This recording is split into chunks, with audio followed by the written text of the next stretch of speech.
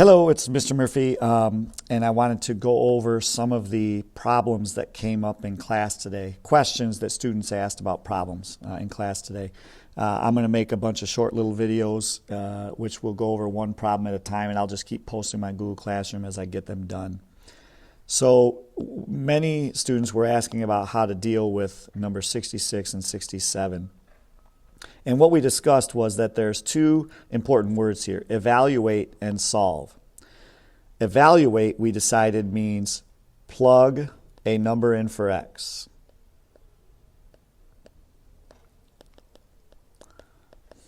Oops, I put Fox. That tells you what kind of day I'm having. Let's make that 4x. In this case, we are asked to find the y value, the function value associated with the x number 3. So if I put 3 in this function, what y value pops out, or what function value pops out? Normally, we would plug that 3 into an equation, do some math, and pop the answer out. In this case, our function is described in a table. And so what they're telling us here is x equals 3. What is the f of x value that goes with 3? So what we do is we go over here to 3 in the table, and we look for the y value that's associated with it, the f of x value. In this case, it's 53. So our answer for number 66 is simply 53. F of 3 is 53 based on this entry in the table. Now, when you're asked to solve a function, f of x equals 1 in this case, that means they're telling us what the y value is, what the f of x value is, and we're looking for what x value goes with a 1. So in this case, we go over on our table to the f of x row, and we look for the 1, and we figure out what x value is associated with the 1. In this case, it's a 2. So in this case, for f of x equals 1, the solution is x equals 2. We're solving for x, which is what we did there. So the problem itself, there's not a lot of math to do as long as you understand how to read these tables. And that's the trick to getting these two done. So we talked about that in class. I'll continue to make short videos about the other problems that we talked about throughout the evening here, and I'll get them posted so that everyone can see them whether they were in class or not. Take care. Another problem that students asked about was number 36. So let's have a little discussion about that. We are given the function p of c equals c squared plus c. Now remember, with function notation, if you're more comfortable with f of x, let's just show what that would look like. Normally it would be f of x, so the c is placed in the role of x, and then the function would be x squared plus x. So these functions are equivalent. The variables have just changed. Now, in letter A, we're asked to evaluate. And remember, we just got done talking about how evaluate means put this negative 3 in, and we said where the x was, but remember, c is placing the role of x. So we'll put the negative 3 in for c, we'll put it here, and we'll figure out what the value is, the y value, or in this case, the p value.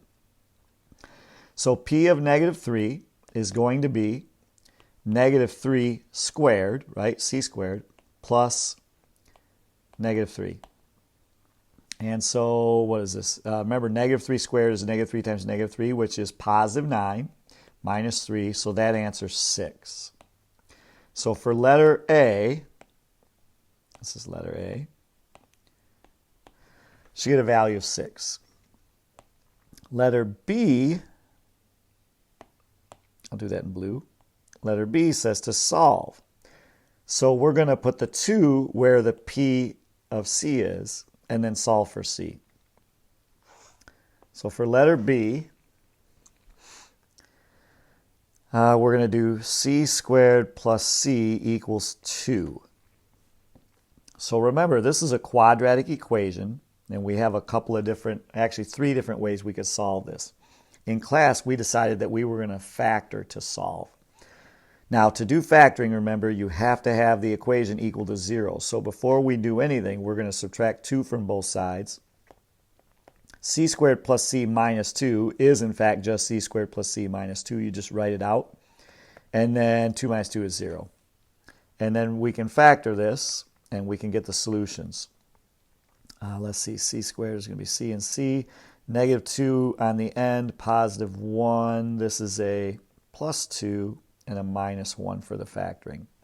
And then you solve each of these separately. So remember, we set c plus 2 equal to 0.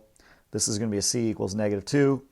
We set c minus 1 equal to 0, and this is a c equals 1. I'm going to write it out a little bigger over here so you can see it. The solutions to this are c equals negative 2 and c equals 1. So when we're asked to solve, we are finding values of c that make this equation equal to, and these are the two values that do that. Evaluate means plug in for the independent variable, in this case c, it's usually x. And solve means set your function equal to a value and then solve for either x or c in this case. So hopefully that helps with number 36. Students also asked about number 89, and that's not surprising because I didn't do much explanation in the previous video or in class before assigning this one.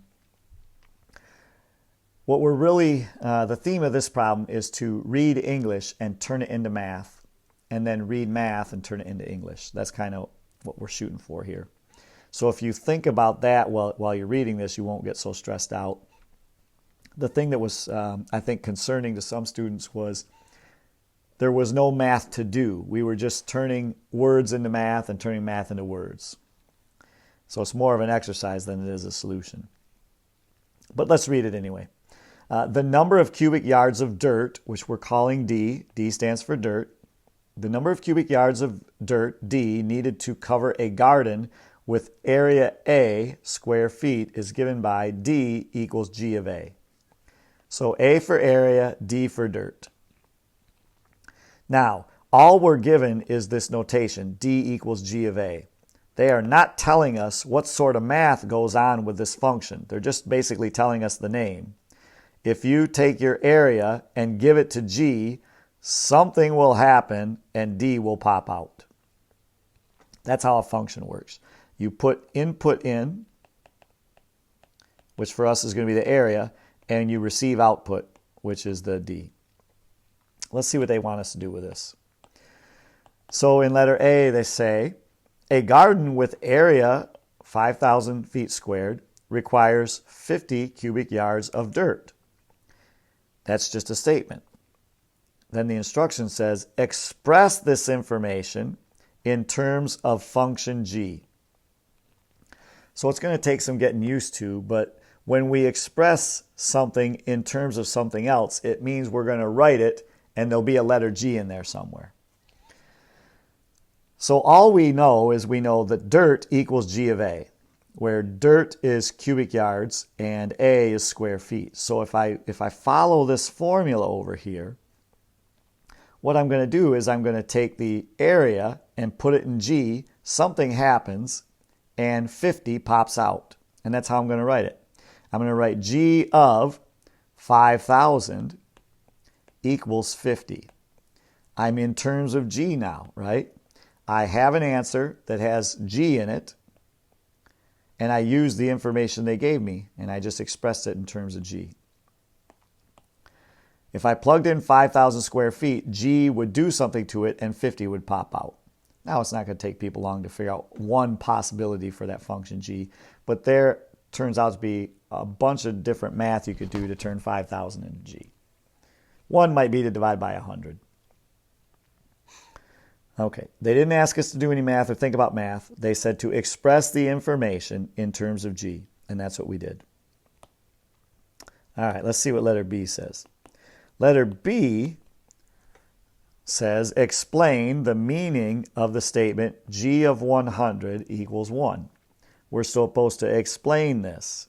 By that, they mean write down in English what's going on here. Well, remember, the number in the parentheses, that's A, and that's area of the garden. The number out here that G equals, right, is the letter D. That's the cubic yards of dirt. So if I'm going to write out what's happening here, if I'm going to explain it, I'll write it like this. A garden This isn't the only way to write it, but this is what I'm going to write it. A garden with area 100 feet squared. Oops. Sorry about that. Let's put a squared on there. Requires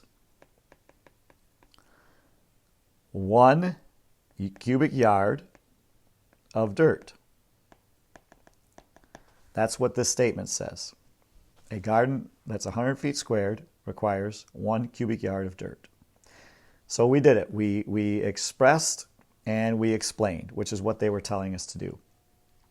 And it'll just get a little bit of it. You just need a little experience or practice. It takes practice to get used to reading these questions and deciding, do they want me to do any math? Or in this case, do they just want me to write things in a certain format? And that's all we were doing, is writing stuff in a certain format. So that's it for those two problems. I may add a few others to this video at some point, but I think for now I want to get this posted so you can see these. Take care.